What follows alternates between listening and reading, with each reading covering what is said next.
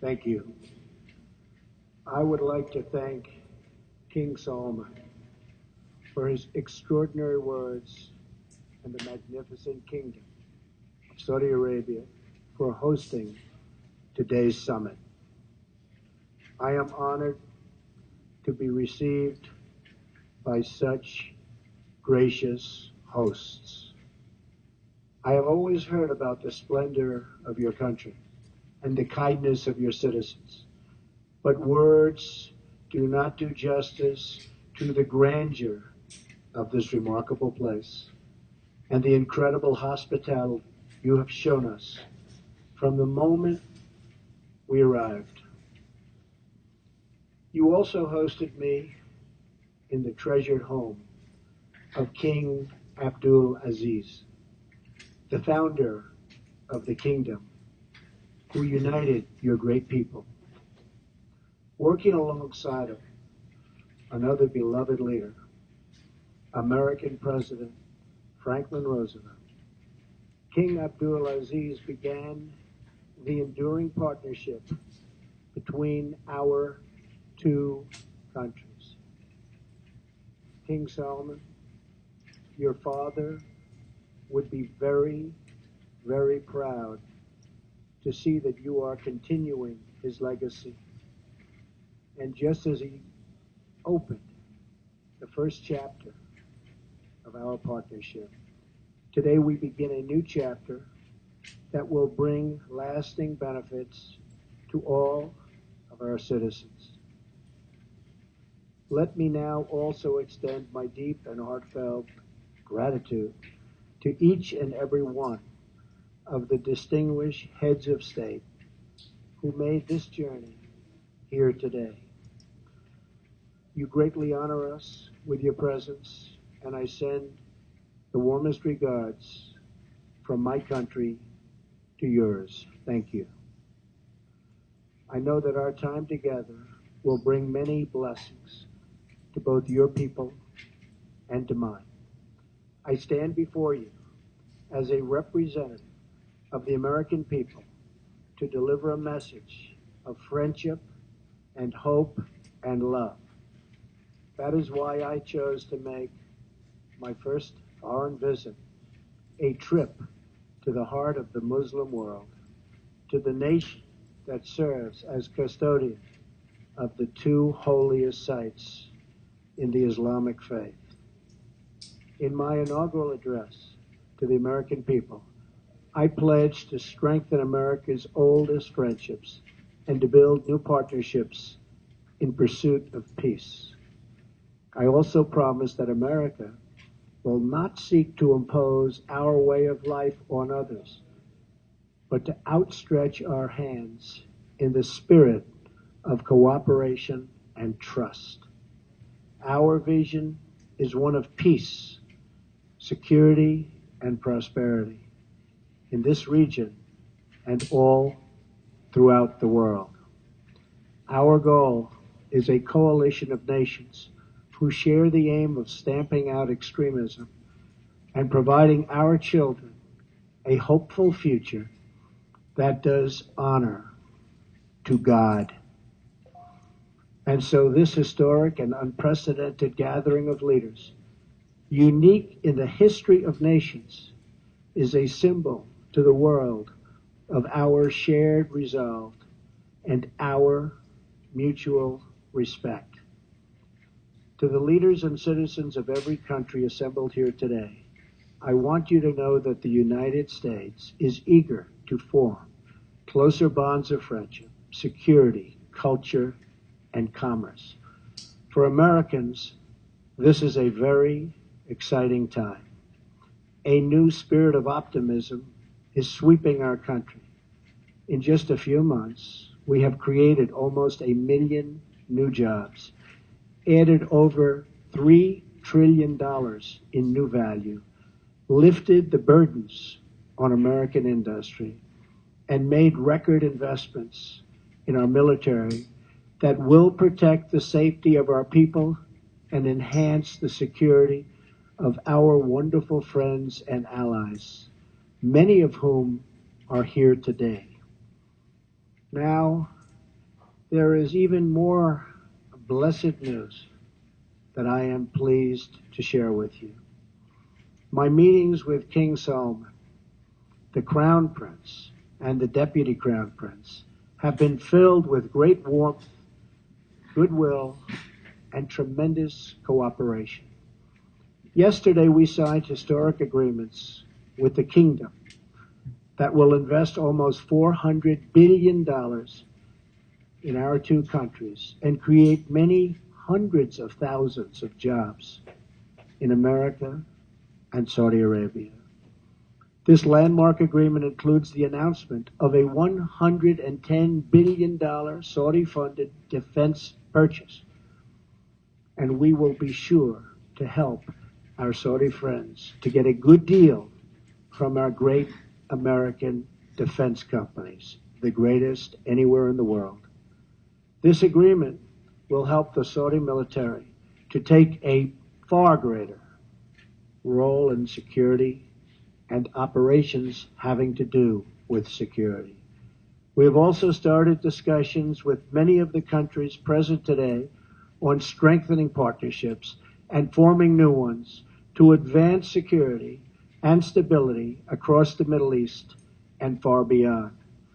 Later today, we will make history again with the opening of the new Global Center for Combating Extremist Ideology, located right here in this central part of the Islamic world.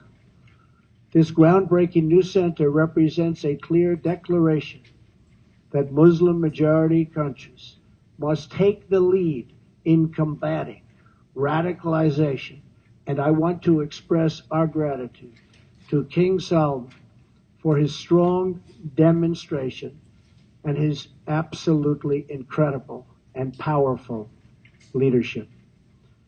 I have had the pleasure of welcoming several of the leaders present today to the White House, and I look forward to working with all of you. America is a sovereign nation, and our first priority is always the safety and security of our citizens. We are not here to lecture. We are not here to tell other people how to live, what to do, who to be, or how to worship. Instead, we are here to offer partnership based on shared interests and values to pursue a better future. السعي إلى مستقبل أفضل لكلنا. فهنا في هذه القمة سوف نناقش المصالح كثيرة But above all, we must be united in pursuing the one goal that transcends every other consideration. That goal is to meet history's great test, to conquer extremism and vanquish the forces that terrorism brings with it every single time. Young Muslim boys and girls should be able to grow up free from fear, safe from violence, and innocent of hatred. When young Muslim men and women should have the chance to build a new era of prosperity for themselves, it has to be done, and we have to let them do it. With God's help, this summit will mark the beginning of the end for those who practice terror and spread its vile creed. At the same time, we pray this special gathering may someday be remembered as the beginning of peace in the Middle East, and maybe even all over the world. But this future can only be achieved through defeating terrorism and the ideology that drives it. Few nations have been spared the violent reach of terrorism. America has suffered repeated barbaric attacks, from the atrocities of September 11th to the devastation of the Boston bombings to the horrible killings in San Bernardino and Orlando. The nations of Europe have also endured unspeakable horror. So too have the nations of Africa and South America. India, Russia, China, and Australia have all been victims.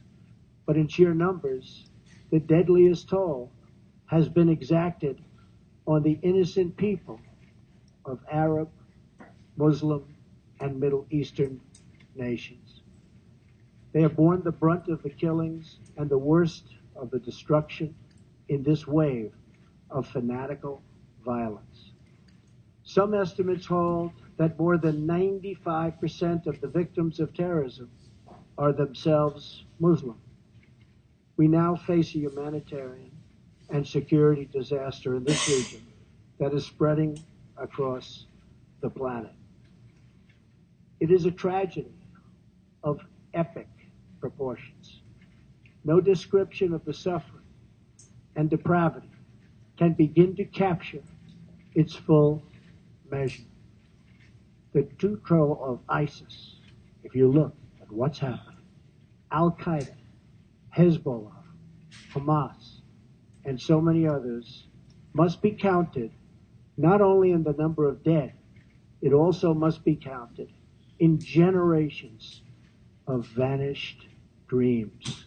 The Middle East is rich with natural beauty, vibrant cultures, and massive amounts of historic treasures.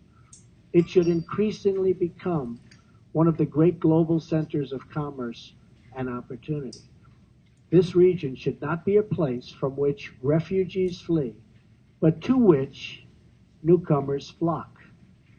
Saudi Arabia is home to the holiest sites in one of the world's great faiths.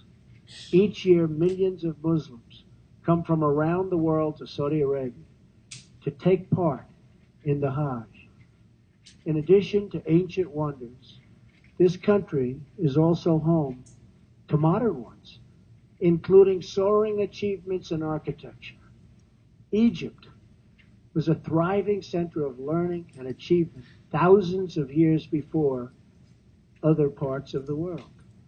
The wonders of Giza, Luxor, and Alexandria are proud monuments to that ancient heritage. All over the world, people dream of walking through the ruins of Petra in Jordan. Iraq was the cradle of civilization and is a land of natural beauty. And the United Arab Emirates has reached incredible heights with glass and steel and turned earth and water into spectacular works of art. The entire region is at the center of the key shipping lanes of the Suez Canal, the Red Sea, and the Straits of Hormuz. The potential of this region has never, ever been greater. 65% of its population is under the age of 30. Like all young men and women, they seek great futures to build, great national projects to join, and a place for their families to call home. But this untapped potential, this tremendous cause of optimism, is held at bay by bloodshed and terror. There can be no coexistence with this violence. There can be no tolerating it, no accepting it, no excusing it, and no ignoring it. Every time a terrorist murders an innocent person and falsely invokes the name of God, it should be an insult to every person of faith. Terrorists do not worship God. They worship death. If we do not act against this organized terror, then we know what will happen and what will be the end result. Terrorism's devastation of life will continue to spread. Peaceful societies will become engulfed by violence, and the futures of many generations will be sadly squandered. If we do not stand in uniform condemnation of this killing, then not only will we be judged by our people, not only will we be judged by history, but we will be judged by God. This is not a battle between different faiths. different sects, or different civilizations. This is a battle between barbaric criminals who seek to obliterate human life and decent people, all in the name of religion. People that want to protect life and want to protect their religion. This is a battle between good and evil. When we see the scenes of destruction in the wake of terror, we see no signs that those murdered were Jewish or Christian, Shia or Sunni. When we look upon the strains of innocent blood soaked into the ancient ground, we cannot see the faith or sect or tribe of the victims. We see only that they were children of God whose deaths are an insult to all that is holy. But we can only overcome this evil if the forces of good are united and strong, and if everyone in this room does their fair share and fulfills their part of the burden. Terrorism has spread all across the world, but the path to peace begins right here on this ancient soil in this sacred land. America is prepared to stand with you in pursuit of shared interests and common security. But the nations of the Middle East cannot wait for American power to crush this enemy for them. The nations of the Middle East will have to decide what kind of future they want for themselves, for their country, and frankly, for their families and for their children. It's a choice between two futures, and it is a choice America cannot make for you. A better future is only possible if your nations drive out the terrorists and drive out the extremists. Drive them out. Drive them out of your places of worship. Drive them out of your communities. Drive them out of your holy land. And drive them out of this earth. For our part, America is committed to adjusting our strategies to meet evolving threats and new facts. We will discard those strategies that have not worked and will apply new approaches informed by experience, talent, and judgment. We are adopting a principled realism rooted in common values, shared interests, and common sense. Our friends will never question our support, and our enemies will never doubt our determination. Our partnerships will advance security through stability, not through radical disruption. We will make decisions based on real-world outcomes, not inflexible ideology. We will be guided by the lessons of experience, not the confines of rigid thinking. And wherever possible, we will seek gradual reforms, not sudden intervention. We must seek partners, not perfection, and to make allies of all who share our goals. Above all, America seeks peace, not war. Muslim nations must be willing to take on the burden if we are going to defeat terrorism and send its wicked ideology into oblivion. The first task in this joint effort is for your nations to deny all territory to the foot soldiers of evil. Every country in the region has an absolute duty to ensure that terrorists find no sanctuary on their soil. Many are already making significant contributions to regional security. Jordanian pilots are crucial partners against ISIS in Syria and Iraq. Saudi Arabia and a regional coalition have taken strong action against Houthi militants in Yemen. The Lebanese army is hunting ISIS operatives who try to infiltrate their territory. Emirati troops are supporting our Afghan partners and supporting them strongly. In Mosul, American troops are supporting Kurds, Sunnis, and Shias fighting together for their homeland. Qatar, which hosts the U.S. Central Command, is a crucial strategic partner. Our long-standing partnership with Kuwait and Bahrain continue to enhance security in the region. Our courageous Afghan soldiers are making tremendous sacrifices in the fight against the Taliban and others in the fight for their country. As we deny terrorist organization control of territory and populations, we must also strip them of their access to funds. We must cut off the financial channels that let ISIS sell oil, let extremists pay their fighters, and help terrorists smuggle their reinforcements. I am proud to announce that the nations here today will be signing an agreement to prevent the financing of terrorism, called the Terrorist Financing Targeting Center, co-chaired by the United States and Saudi Arabia, and joined by every member of the Gulf Cooperation Council. It is another historic step in a day that will be long remembered.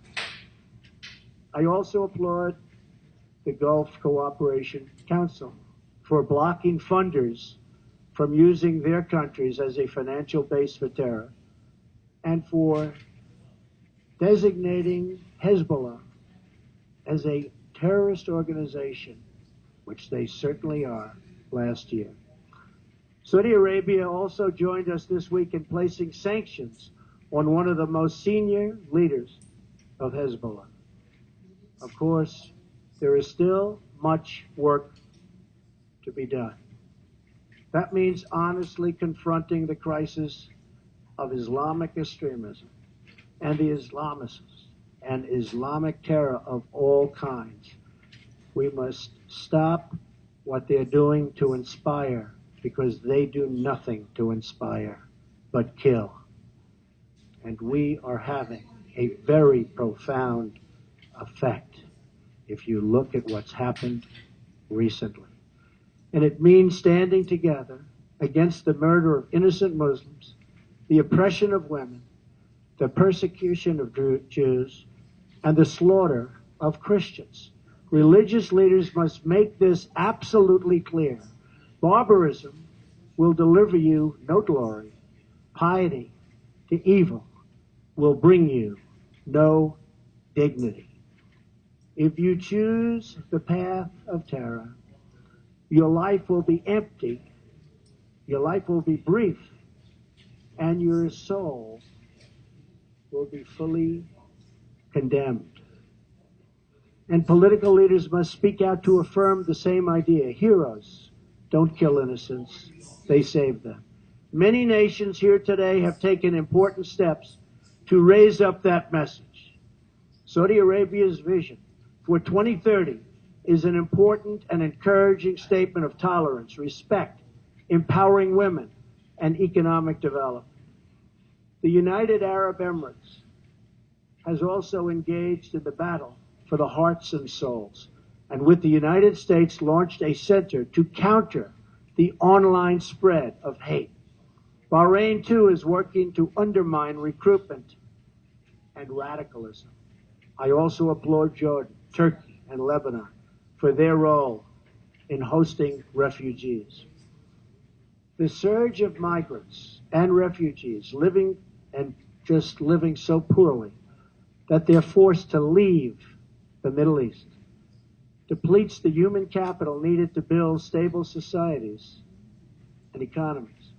Instead of depriving this region of so much human potential, Middle Eastern countries can give young people hope for a brighter future in their home nations and regions. That means promoting the aspirations and dreams of all citizens who seek a better life, including women, children, and the followers of all faiths. Numerous Arab and Islamic scholars have eloquently argued that protecting equality strengthens Arab and Muslim communities. For many centuries, the Middle East has been home to Christians, Muslims, and Jews living side by side. We must practice tolerance and respect for each other once again, and make this region a place where every man and woman, no matter their faith or ethnicity, can enjoy a life of dignity and hope. In that spirit, after concluding my visit in a fabulous place that we're at today, Riyadh, which I've gotten to know so well in so short a time, I will travel to Jerusalem and Bethlehem, and then to the Vatican, visiting many of the holiest places in the three Abrahamic faiths. If these three faiths can join together in cooperation, then peace in this world is possible, including peace between Israelis and Palestinians. I will be meeting with both Israeli Prime Minister Benjamin Netanyahu and Palestinian President Abbas. Starving terrorists of their territory, of their funding, and the false allure of the craven ideology will be the basis for easily defeating them. But no discussion of stamping out this threat would be complete without mentioning the government that gives terrorists all three: safe harbor, financial backing, and the social standing needed for recruitment. It is a regime that is responsible for so much instability in that region. I am speaking, of course, of Iran. From Lebanon to Iraq to Yemen, Iran funds arms and trains terrorists, militias, and other extremist groups that spread destruction and chaos across the region. For decades, Iran has fueled the fires of sectarian conflict and terror. It is a government that speaks openly of mass murder, vowing the destruction of Israel, death to America, and ruin for many leaders and nations in this very room. Among Iran's most tragic and destabilizing interventions, you've seen it in Syria. Bolstered by Iran, Assad has committed unspeakable crimes, and the United States has taken firm action in response to the use of banned chemical weapons by the Assad regime, launching 59 missiles at the Syrian airbase from where that murderous attack originated. Responsible nations must work together to end the humanitarian crisis in Syria, eradicate ISIS, and restore stability to the region, and as quickly as possible. The Iranian regime's longest suffering victims are its own people.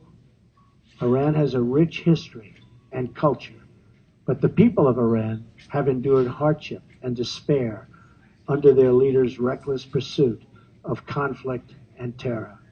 Until the Iranian regime is willing to be a partner for peace, all nations of countries must work together to isolate, deny it. Funding for terrorism cannot do it. And pray for the day when the Iranian people have the just and righteous government they so richly deserve. The decisions we make will affect countless lives. King Solomon, I thank you for the creation of this great moment in history and for your massive investments in America and its industries and its jobs. I also thank you for investing in the future of this part of the world. The fertile region, and it is so fertile, has all of of the ingredients for extraordinary success: a rich history and culture, a young and vibrant people, a thriving spirit of enterprise. But you can only unlock this future if the citizens of the Middle East are freed from extremism, terror, and violence. We in this room are the leaders of our peoples. They look to us for answers and for action. And when we look back at their faces, behind every pair of eyes is a soul that yearns for justice and yearns for peace. Today, billions of faces are now looking at us, waiting for us to act on the great question of our time.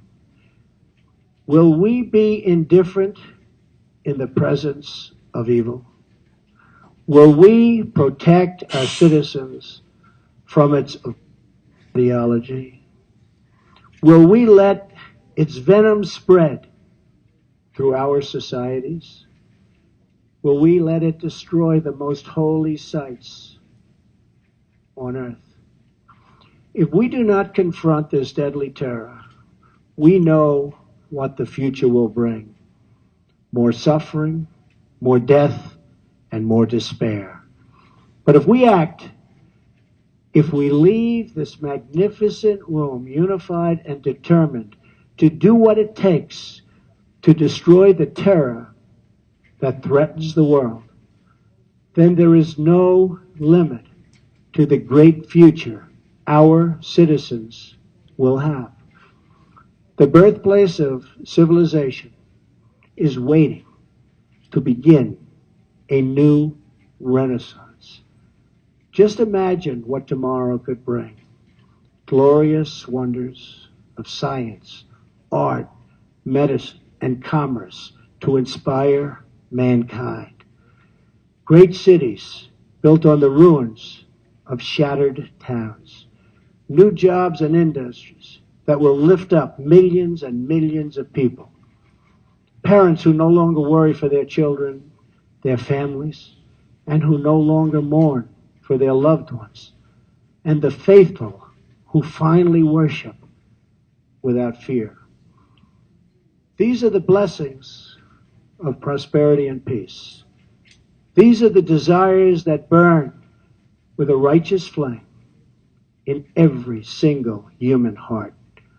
And these are the just demands of our beloved people. I ask you to join me, to join together, to work together, and to fight together, because united we will not fail. We cannot fail. Nobody, absolutely nobody, can beat us. Thank you. God bless you. God bless your countries. And God bless the United States of America. Thank you very much. Thank you.